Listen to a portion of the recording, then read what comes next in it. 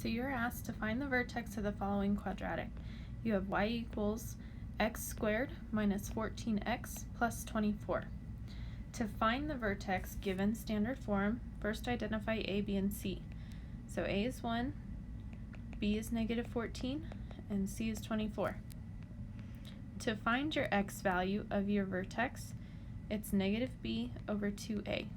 So I will have negative 14 over 2 times 1, which will give me 14 over 2, which is 7. So the x value of my vertex is 7. To find the y value, you plug in 7 to the original equation. So this will give me 49 minus 98 plus 24. If you simplify all that, you get negative 25.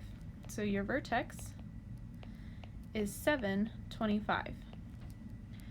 Now, if you wanted to write this in standard or in vertex form, the 7 is your h, 25 is k, and this is your vertex form. And your a value stays the same as your original equation. So here my a value is 1, so it's going to stay a 1. It's invisible, I don't write it, and I will have x minus 7 squared, and that's a negative 25 there, minus 25. And those are your answers.